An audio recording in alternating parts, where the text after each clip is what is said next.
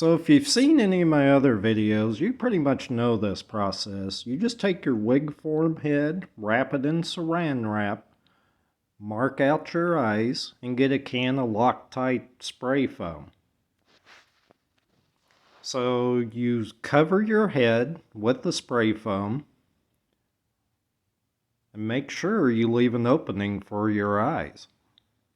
And then you mist it down with water and wait about 5 minutes, and then you just start shaping your skull. Pretty easy, just like in my other videos. Go check them out. So here, I'm just basically making the shape of the skull and the nose. And after that's dry, you're going to make your teeth, and you just use hot glue and just kind of make teardrop shapes. You can make as many or as few as you want. Now after the mask dries, you might want to test fit it. Mine fit pretty good, and I could see out the eyes just fine. But you can kind of see the shape here.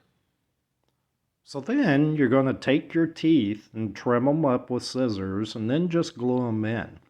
Now here I started the painting process.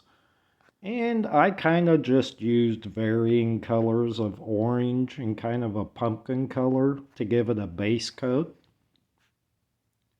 And then I started adding in details, just using some darker paints. And you can kind of see the process. And here what I did is just took some white paint and basically just dab the paint off and dry brush the white on. And it makes a pretty cool effect. It actually makes it look like a skull. And here you can see me with the mask on.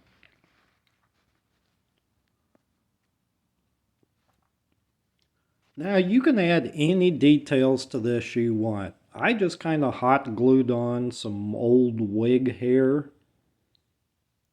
And there you have it. Your skull mask is done. Have a great Halloween, everyone. Thanks for watching. Don't forget, subscribe, like, and share this video with everyone.